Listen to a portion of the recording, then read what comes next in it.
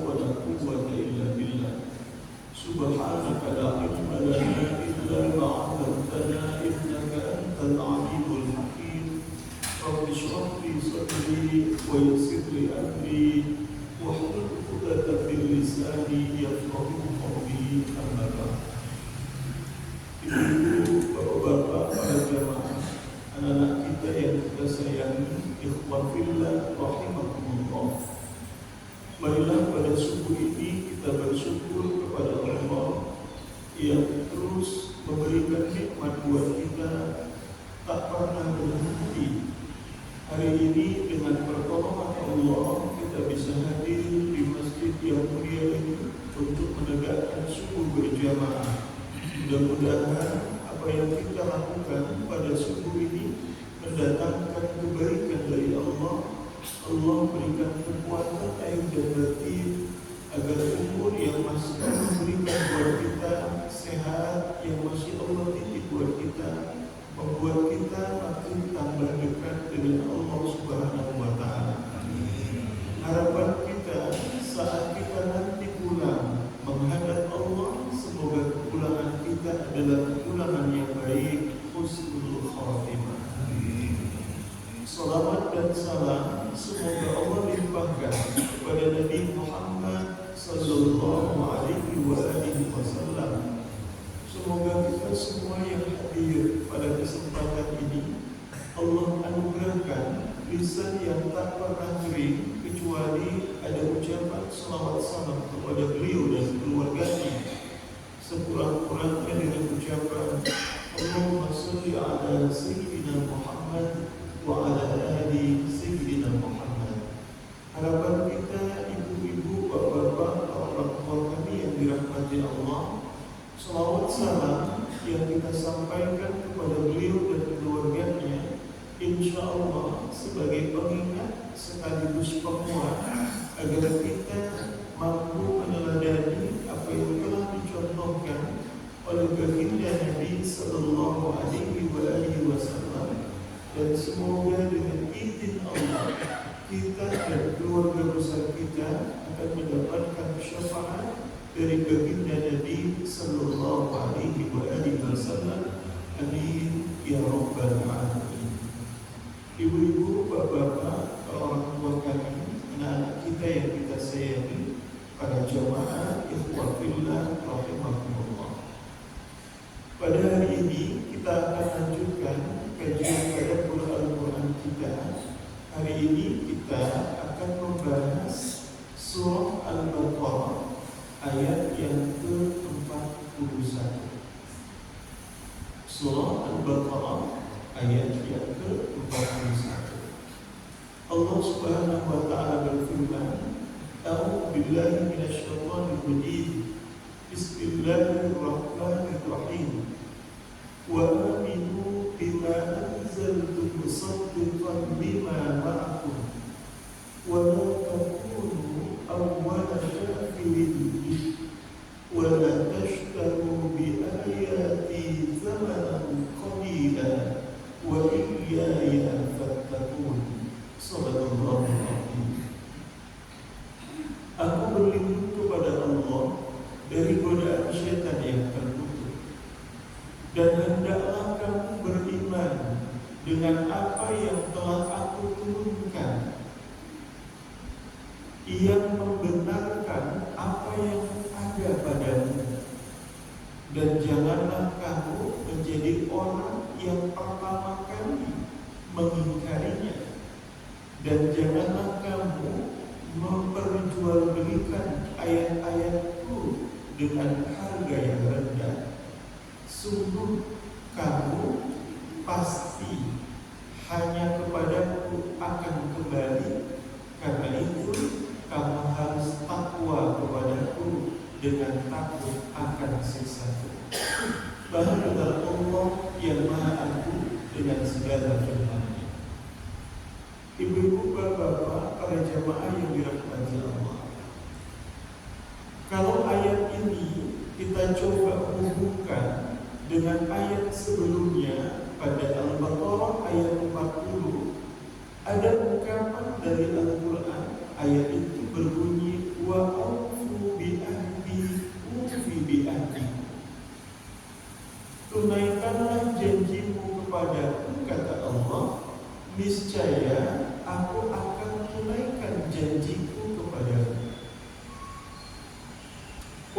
sederhana dari ayat sebelumnya ini mengingatkan kepada kita bahwa ayat yang ke-41 itu bahagian kelanjutan sebenarnya dari ayat ke-40 atau memiliki keterhubungan yang kuat, tak terpisahkan. Seolah-olah Allah ingin ingatin, wahai Bani Israel, kamu tuh punya perjanjian denganku. Kamu sudah janji sama aku, kira-kira gitu kata Allah. Maka tunaikan janjimu itu. Niscaya aku akan tunaikan janjiku kepada dirimu. Di antara janji-janji Bani Israel itu adalah mereka itu orang-orang yang meyakini atas apa yang diturunkan Allah. Apa yang diturunkan Allah yaitu Al-Quran. Jadi ibu bapak, para orang tua kami, jamaah yang dirahmati Allah, dalam kitab-kitab terdahulu Allah Subhanahu wa Ta'ala telah menyebut bahwa akan hadir pedoman yang mengokohkan. Maka bahasa Al-Quran dalam ayat ini adalah wa aminu bima anzaltu musaddiqan lima ma'akum, dan hendaklah kamu beriman dengan apa yang aku turunkan, Al-Quran, di mana Al-Quran itu membenarkan apa yang ada pada dirimu. Apa yang pada mereka Bani Israel itu yaitu Taurat. Al-Quran membenarkan Taurat. Kenapa membenarkan Taurat? Berarti Bapak Ibu para orang tua kami, apa yang ada di Taurat itu benar dan dibenarkan oleh Al-Quran. Jadi ada dua diksi kata. Yang pertama adalah membenarkan, yang kedua adalah menyalahkan. Tapi Al-Quran terkait dengan firman-firman Allah sebelumnya dalam kitab-kitab terdahulu, Al-Quran itu hadir bukan menyalahkan. Ini yang benar. Al-Quran hadir itu membenarkan. Dengan begitu dapat kita pahami ibu bapak para jamaah, kalau Al-Quran membenarkan berarti yang membenarkan itu benar, yang dibenarkan itu juga benar. Kalau menyalahkan itu berarti yang menyalahkan itu benar, yang disalahkan itu salah. Nah, Al-Quran menarik. Ketika Allah sampaikan kepada Bani Israel, orang-orang Yahudi, Al-Quran mengingatkan, berimanlah atas apa yang diturunkan oleh Allah Al-Quran kepada Nabi Muhammad. Kenapa harus beriman? Karena Al-Quran yang diturunkan Allah kepada Nabi Muhammad itu membenarkan apa yang ada pada kitab-kitab terdahulu. Ada Taurat, ada Zabur, ada Injil. Apanya yang dibenarkan ibu bapak para jamaah?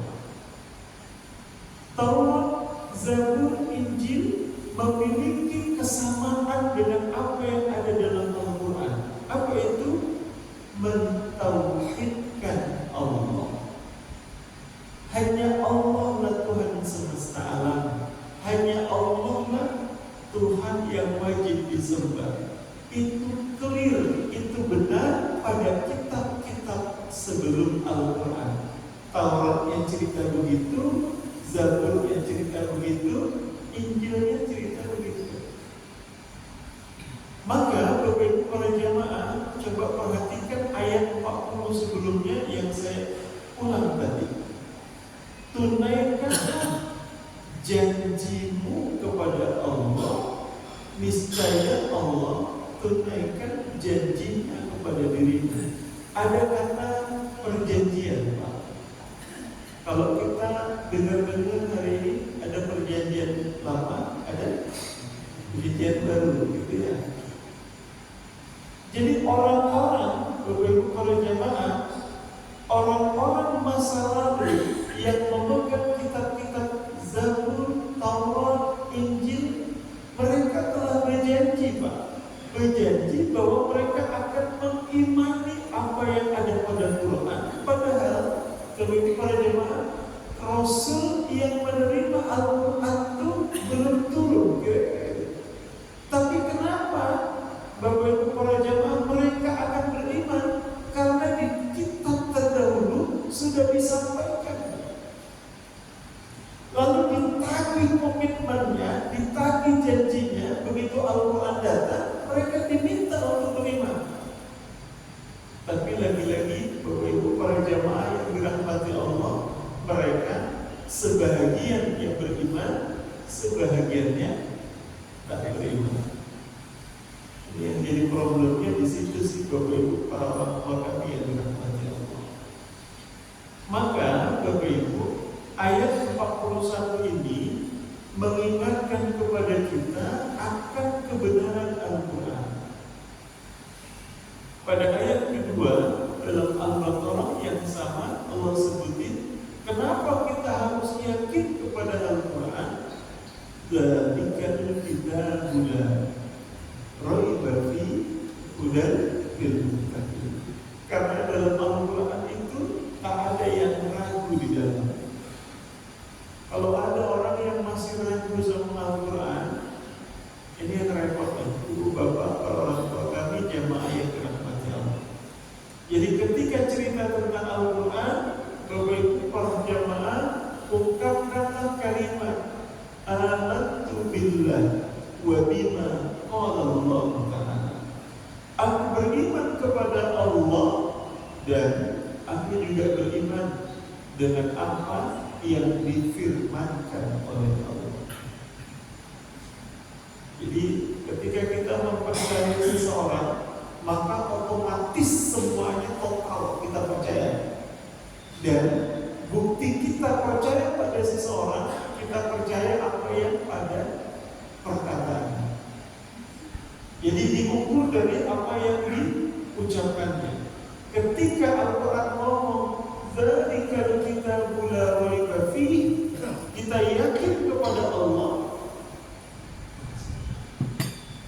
Kita yakin kepada Allah, maka kita yakin sepenuh hati dengan apa yang dikatakan oleh Allah.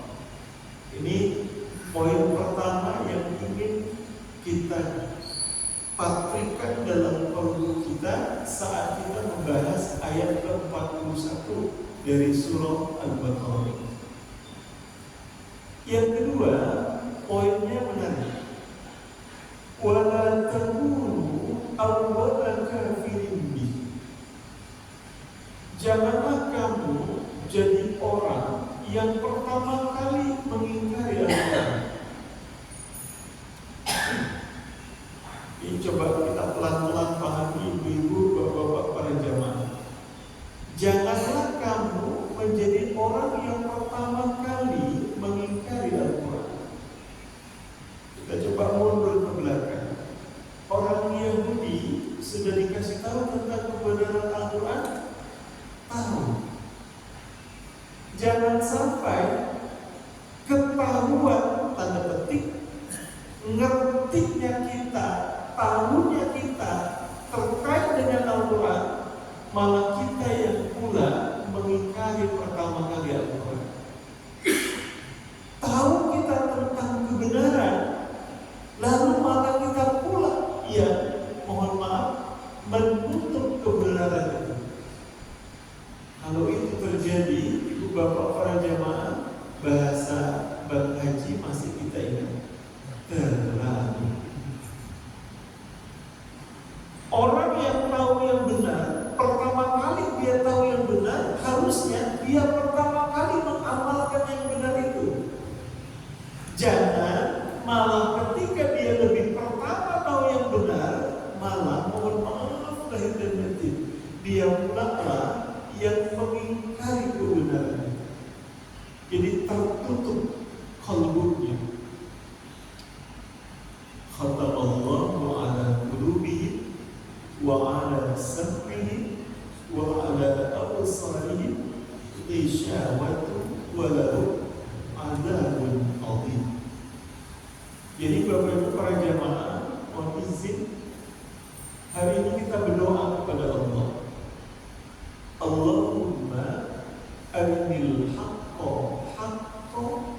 warzuqni ittiba'a wa arinil batila batila warzuqni ijtinaba. Ya Allah, tunjukkan kepadaku yang benar itu benar. Ya Allah, bukakan penglihatanku itu, aro, kemampuan untuk menangkap penyerapan lewat indera. Ya Allah, bukakan segenap inderaku untuk melihat yang benar itu adalah benar. Dan ujungnya apa? Warzuqni tiba, anugerahkan kekuatan kepada diriku untuk mengikuti yang benar. Orang tahu benar, tahu. Pertanyaannya, diikuti nggak yang benar itu? Enggak. Kenapa? Masih takut. Lalu doanya berlanjut, wa arinil batila batila warzuqni ijtinaba. Selanjutnya ya Allah, anugerahkan kemampuan buatku untuk melihat yang batil itu adalah batil, dan berikan kekuatan kepada diriku untuk menjauhi kebatilan. Ini juga berat Bapak Ibu para jamaah, apalagi dengan situasi yang sekarang ini. Benar, bersuara benar, ngeri. Berani menyuarakan yang salah itu salah juga ngeri. Bahasa almarhum dulu Pak Regar, masih ingat? Ngeri-ngeri sedang. Kalau masih ingat almarhum Pak Regar yang kemarin, ngeri-ngeri sedang. Tegakkan yang baik ngeri, melawan yang salah juga ngeri. Dunia kita hari ini ngeri-ngeri sedang. Ini yang makanya kita minta tolong kepada Allah agar kita bisa mengenal kebenaran, lalu kita ditolong Allah melakukan yang benar itu. Jangan malah sebaliknya, dengan situasi yang ngeri-ngeri sedang ini, kita tahu yang benar, malah kita yang pertama kali mengingkari kebenaran itu. Karena ayat ini, Bapak Ibu yang dirahmati Allah, pada bagian akhirnya akan ketemu nih dengan kata yang saya sampaikan tadi, ngeri-ngeri sedang itu. Orang ngerti yang baik, orang ngerti yang benar, dia belum tentu bisa mengerjakannya karena mungkin, mohon maaf, ada kepentingan nafsunya. Kalau dia lakukan yang benar nih, gak dapat apa-apa dia. Kalau dia tinggalkan yang jelek nih, hilang kesempatannya. Kalau dia lakukan ini, habis dia. Bapak Ibu para jamaah yang dirahmati Allah, maka hari ini mohon maaf lahir dan batin dengan situasi yang rumit seperti ini. Doa yang diajarkan Allah dalam surah Al-Isra, Rabbi adkhilni mudkhala sidq wa akhrijni mukhraja sidq waj'alni min ladunka sultanan nasira.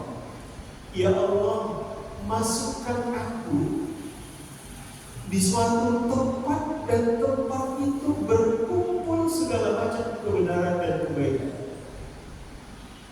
dan keluarkan aku dan sesuatu yang kurang baik, yang tidak baik, menuju pada tempat keluar yang sidq, yang benar. Waj'alni min ladunka sultanan nasira. Ya Allah, berikan kepada diriku dari sisimu pertolongan yang hebat. Jadi hari ini banyak doa macam itu Bapak Ibu para jamaah, Supaya apa? Supaya saat kita mengenal kebaikan dan kebenaran, kita ditolong Allah untuk bisa berada dalam kebaikan dan kebenaran itu. Doa kita yang lain, kalau kita tahiyat lebih kurang ada 5, mohon maaf, Zuhur 2, Asar 2, Maghrib 2, Isya 2, Subuh 1. Dalam tahiyat kita berdoa kepada Allah, meskipun doanya dalam bentuk pernyataan. Assalamualaikum ayyuhan nabiyyu wa rahmatullahi wa barakatuh. Assalamu alayna wa ala ibadillahi shalihin. Bapak Ibu, ini doa menarik. Assalamu alayna wa ala ibadillahi shalihin. Ya Allah, berikanlah keselamatan kepada kami, begitu juga keselamatan bagi hamba-hamba yang saleh. Selamat ini Bapak Ibu para jamaah adalah sebuah ungkapan bahwa saat dimana kita hidup, orang yang akan selamat itu adalah ketika dia mengenal kebenaran dan kebaikan dan ia tegak pada kebaikan dan kebenaran itu. Mudah-mudahan doa ini menyertai kita, Pak. Begitu juga pada saat kita masuk rumah, Assalamualaikum warahmatullahi wabarakatuh. Misalnya, doa itu mengingatkan kita, semoga kita dan orang-orang yang ada di dalam rumah, Bapak Ibu, diberikan Allah kekuatan mengenal kebaikan, mengenal kebenaran, dia bisa teguh pada kebaikan dan kebenaran itu, dan dialah orang-orang yang penuh dengan keselamatan. Maka poinnya Bapak Ibu, jangan sampai kita kenal yang baik, kita ingkar yang baik. Apalagi, mohon maaf, saat dimana kita itu punya tanda petik pengaruh terhadap kehidupan orang di sekitar kita. Pengaruh itu bukan harus besar, Pak. Pengaruh itu bisa saja dalam lingkup keluarga. Hari ini Bapak Ibu para orang tua saya punya peran sebagai ayah, sebagai ibu. Berarti Bapak Ibu punya pengaruh. Jangan sampai kita tahu yang benar, tapi kita ingkar yang benar itu. Ujungnya apa? Ada orang yang bakal ngikut. Siapa mereka? Putra-putri kita. Siapa mereka? Cucu-cucu kita. Saat dimana kita mengingkari yang benar, padahal kita tahu yang benar, ujungnya kita salah. Lalu jangan dikira kesalahan itu hanya berhenti di kita. Kesalahan itu tak berhenti di kita, tapi akan diteruskan, ditiru oleh orang-orang sesudah kita. Kalau itu terjadi, hajat kita. Kenapa hajat? Dosanya bukan hanya dari asbab kita mengingkari kebenaran itu, tapi ketika mereka mengikuti yang salah dari apa yang kita buat, maka kita pun akan kebagian keburukan dari apa yang mereka lakukan. Jadi Bapak Ibu para jamaah, ngeri juga Pak. Kalau ada namanya pahala jariah, dosanya pun ada dosa jariah Pak. Pak, hati-hati kita. Iya, kok banyak kali dosa kira-kira gitu, karena kita menjadi pelopor awal sebuah keburukan. Hati-hati Pak, Ibu para jamaah. Maka hari ini jadi pelopor kebaikan saja. Ajakin orang yang baik-baik, orang ikut, ngalir kebaikan. Bagus nih, ada tanah kosong depan rumah, ya. Dan kita buatlah mangkal, buat cakruk, ya, tempat duduk. Awalnya sih mungkin gaya-gaya saja Pak. Lama-kelamaan malah tempat main gaplek. Pas hajat pun mau pula dia bukannya berhenti ke masjid, lanjut gaplekan terus gitu ya. Waduh, Bapak Ibu para jamaah, kena lanjut terus. Bapak Ibu para jamaah, kita sederhana saja Pak. Maka hari ini Bapak Ibu, semangati diri kita untuk tampilkan yang baik-baik. Karena kita hari ini sebetulnya sedang diduplikasi Pak.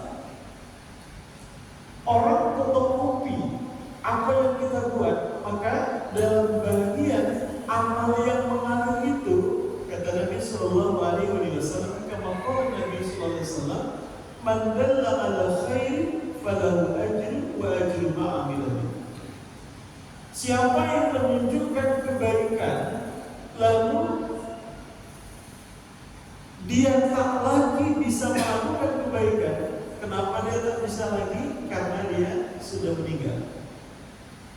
Sementara kebaikannya itu dikerjakan oleh orang, maka orang yang menunjukkan kebaikan itu mendapatkan balasan kebaikan dari apa yang sudah ia kerjakan sebelumnya.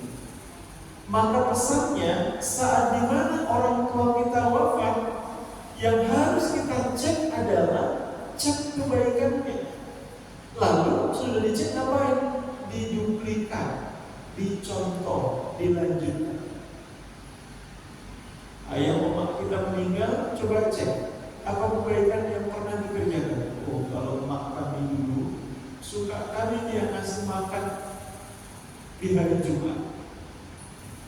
Oke, tanpa itu ada rezeki Bapak Ibu para jamaah, langsung hari Jumat bagi makan. Ditanya kita, ibu bapak kenapa bagi makanan di hari Jumat? Dulu biasa emak kami kayak gini. Kalau ada rezekinya, dia bagi makanan di hari Jumat. Bapak ibu ngerjakan itu dengan asbab, mengikuti apa yang dilakukan oleh emak orang tua kita terdahulu. Emak kita tak lagi melakukan amal macam ini, tapi dia dapat balasan kebaikan. Kenapa? Karena kebaikannya itu ditiru Pak.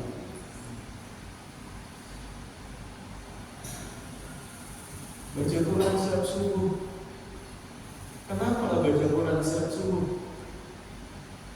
Ayah kami kalau sudah siap subuh, duduk di lama-lama di sajadah baca Quran gitu.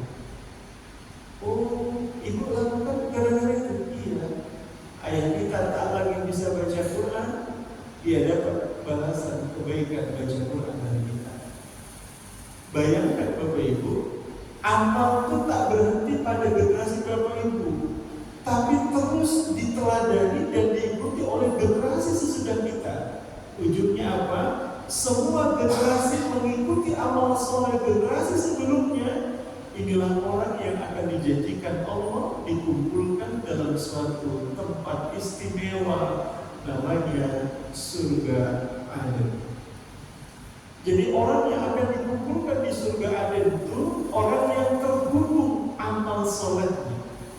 Amal soleh generasi sebelumnya dikerjakan oleh generasi saat ini dan diwarisi oleh generasi berikutnya.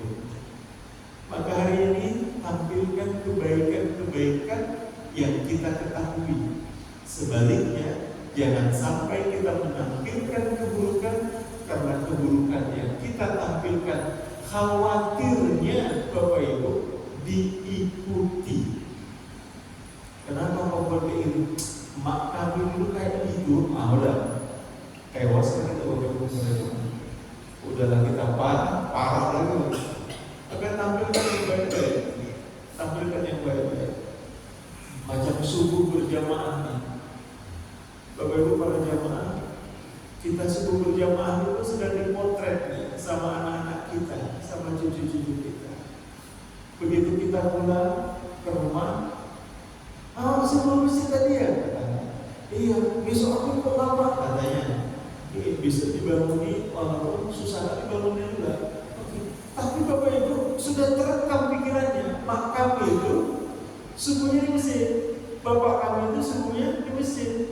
Ketika nanti dia punya kesadaran yang cukup di mana Allah anugerahkan hidayah untuknya, dia ingat kebaikan yang pernah kita kerjakan, maka pada saat itu kebaikan mengalir kepada kita, meskipun kita tak lagi bisa melakukan kebaikan itu.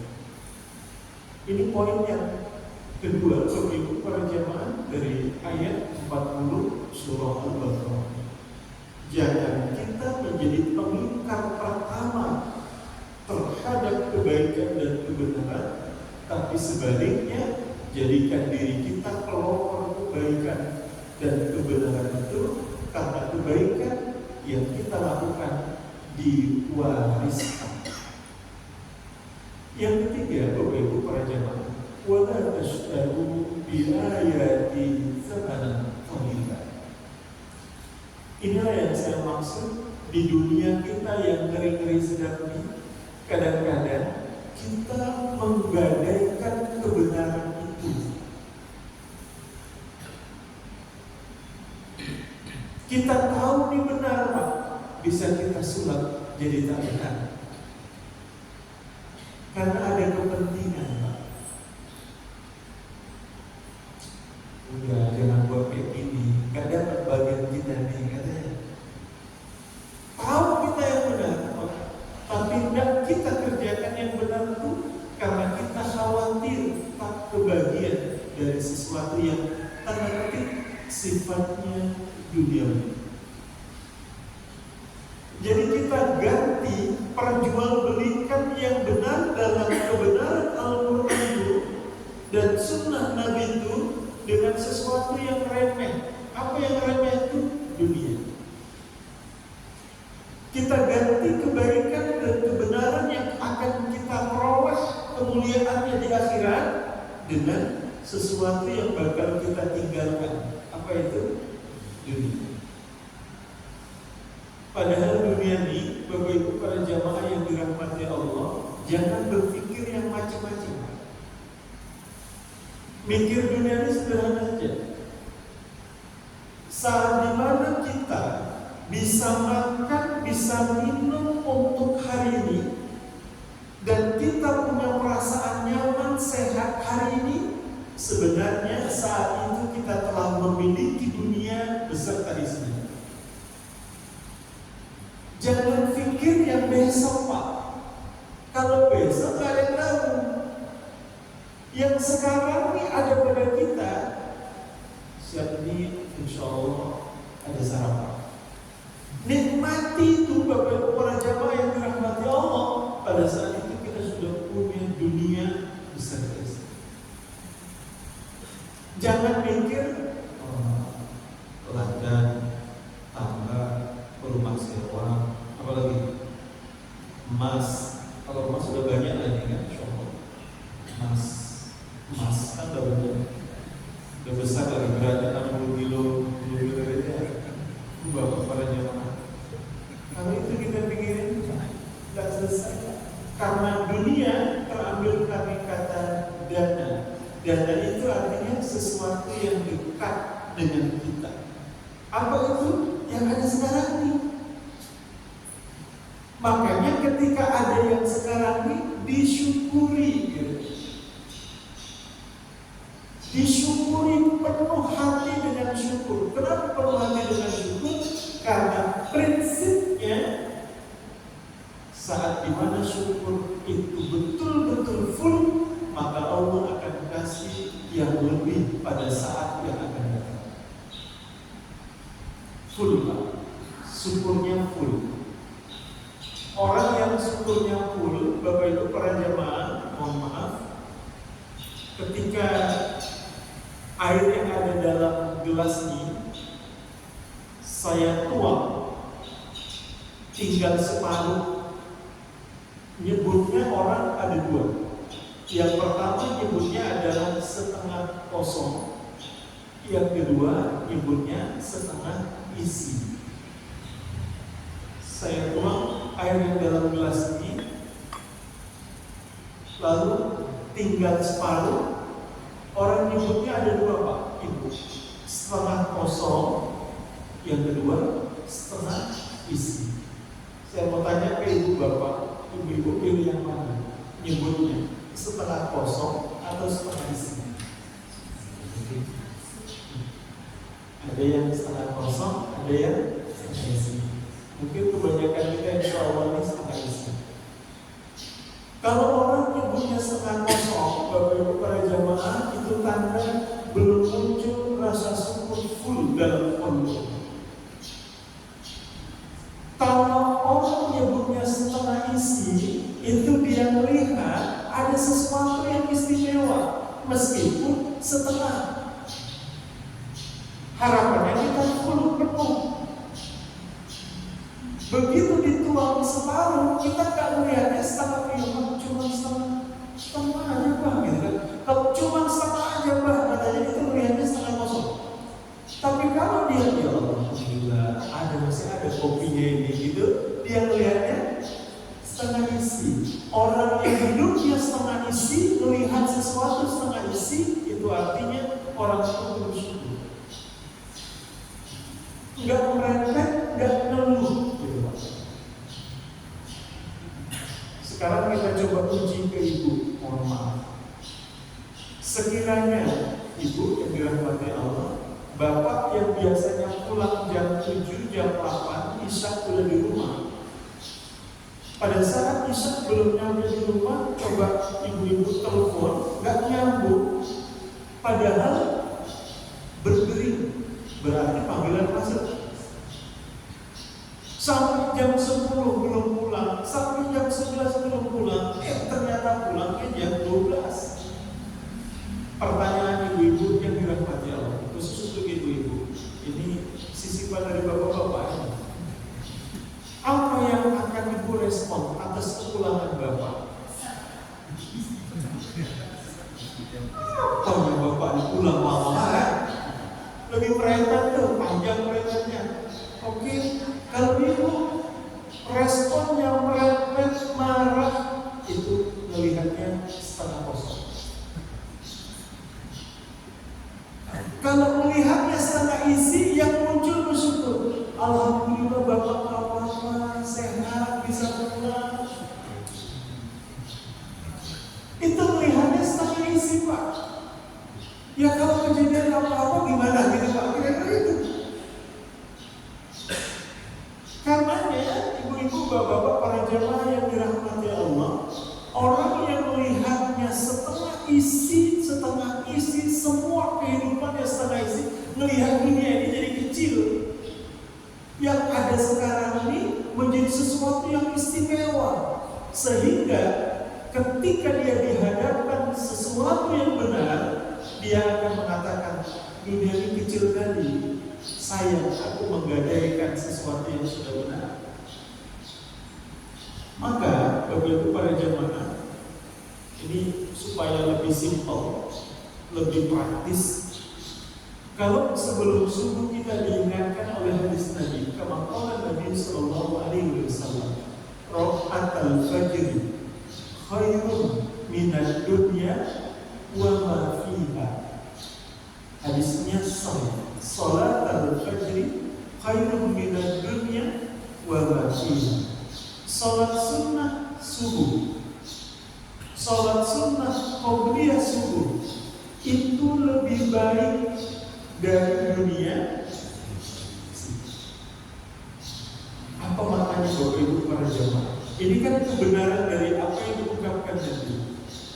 Berarti izin lahir dan batin, saat dimana bersamaan waktu dengan subuh, ia lagi nyantai-nyantai misalnya, dia akan tinggalkan nyantai-nyantai itu, lebih yakin pada apa yang disebutkan Allah dalam Al-Quran melalui Nabi Sallallahu Alaihi Wasallam, sabdanya yang mulia.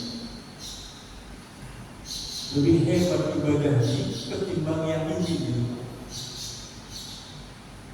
Dia yakin Pak, apa yang dikatakan Allah itu benar. Saat ada orang datang ke dia, nak minta tolong, ada duit 2 juta, Datang orang ke rumah, Bu, lagi susah saya, Bu.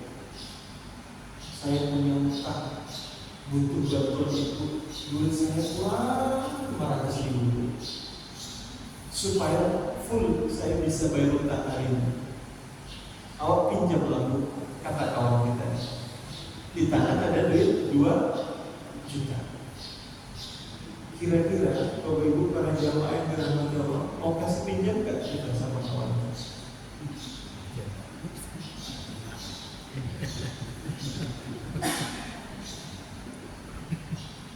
Kok palasnya apa ya? Tanda-tanda ngikutin apa yang difirmankan Allah, kebenaran. Ada yang mengatakan ya, saya kasih pinjam. Pertanyaannya, kasih pinjamnya berapa? Ternyata ada yang milih kasih pinjam itu full, tapi saya agak sungkan bilang ini. Kebanyakan kita bukan kasih full, pinjamnya 500, duit kita 2 juta. Kita nggak kasih pinjam full, kasih cuma bisa 100 nanti pinjamkan dia. Padahal kalau dikasih full, Bapak Ibu masih tetap tak apa-apa gitu.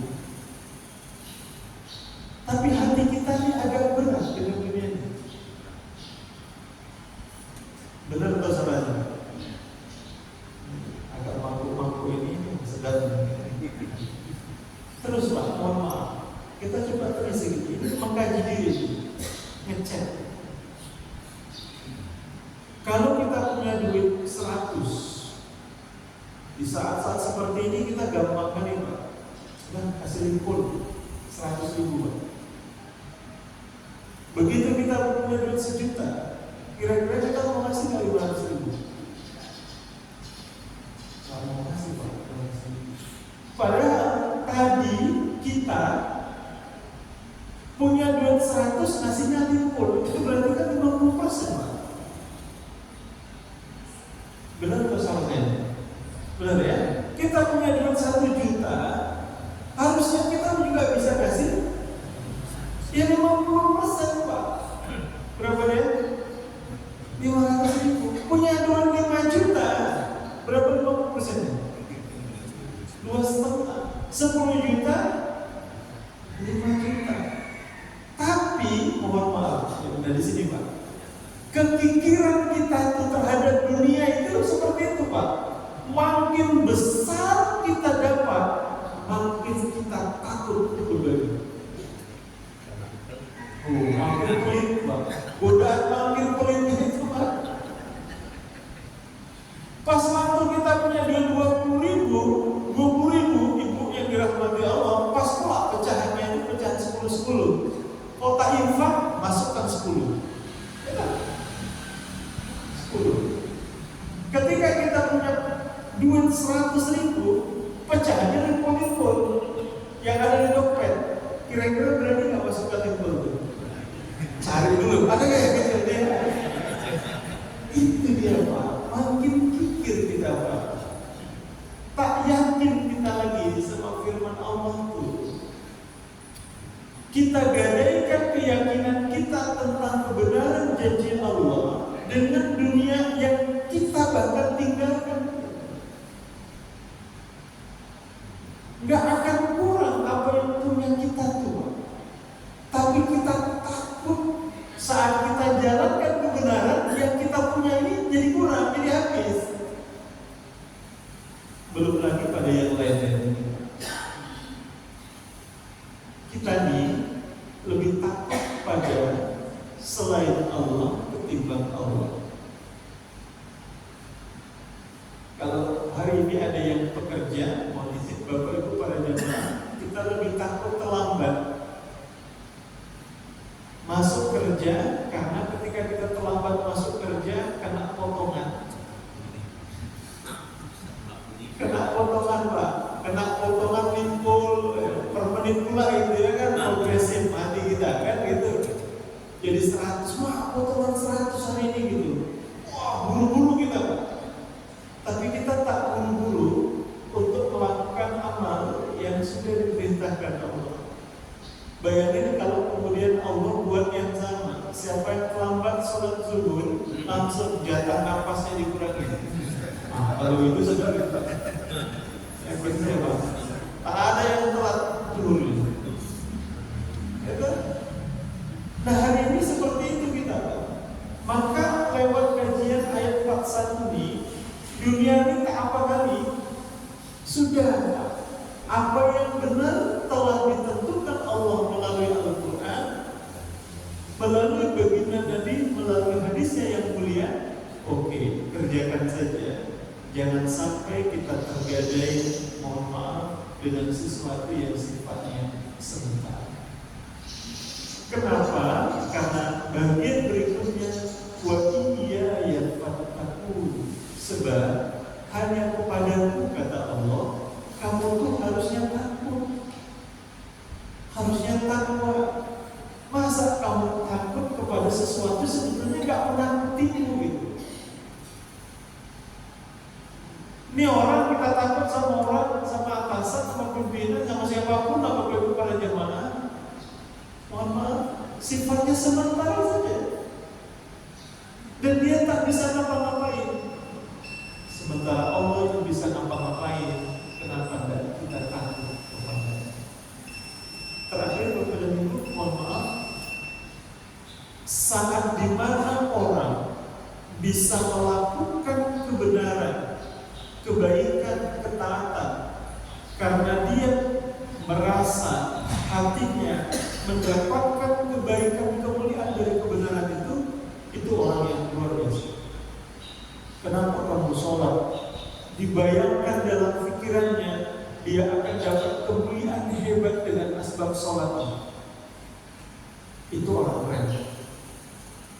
Dan sebaliknya, kalau ada orang tak jadi dia melakukan keburukan karena dia khawatir takut dapat kenistaan dari Allah, itu juga orang yang keren. Jadi kutubnya ada dua. Kutub yang pertama, orang melakukan kebaikan karena dia yakin akan dapat kemuliaan dari kebaikan itu, sehingga dia istiqomah dalam kebaikan. Sebaliknya, kenapa kita berhenti melakukan yang salah, yang dosa, yang maksiat? Karena kita terbayang keburukan yang bakal diberikan Allah untuk kita. Mudah-mudahan kalau dua ini kita pegang, kita orang yang baik. Orang yang baik itu orang yang tak melakukan yang salah. Sebaliknya, orang yang baik itu orang yang berjuang untuk terus istiqomah dalam kebaikan. Mudah-mudahan kita masuk dalam golongan orang yang baik-baik. Suami yang baik bapak, istri yang baik ibu, dan kita status kita sama hari ini. Sebagai ayah, sebagai ibu, sebagai suami, sebagai istri, tapi status kita hari ini adalah sebagai anak dari ayah dan ibu kita. Semoga kita menjadi anak-anak yang soleh dan solehah, yang ketika disebut dalam hadis amal yang tak terputus itu ada 3: sedekah jariah atau ilmu yang bermanfaat. Yang terakhir, waladin sholihin, yaitu anak-anak yang soleh yang mendoakan ayah dan emak kita. Hari ini kita berdoa untuk ayah dan emak kita. Yakin Pak, seperti yang kita bahas hari ini, Allah akan siapkan generasi yang siap doa untuk kita saat kita sudah tiada. Tapi kalau hari ini kita tak menjadi orang yang mendoakan mereka, maka mohon maaf, jangan Allah salahkan kalau tak ada generasi yang siap untuk mendoakan kita. Semoga kajian kita bermanfaat. Sinar Al-Quran akan menjadi hidayah buat kita dalam menjalani kehidupan hari ini dan masa yang akan datang.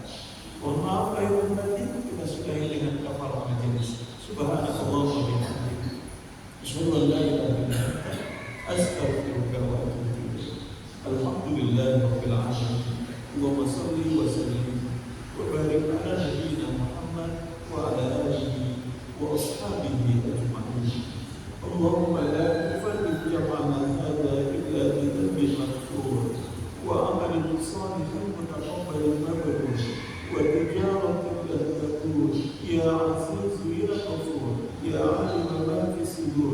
أخرجنا من الظلمات إلى النور ربنا آتنا في الدنيا حسنة وفي الآخرة حسنة وقنا عذاب النار والحمد لله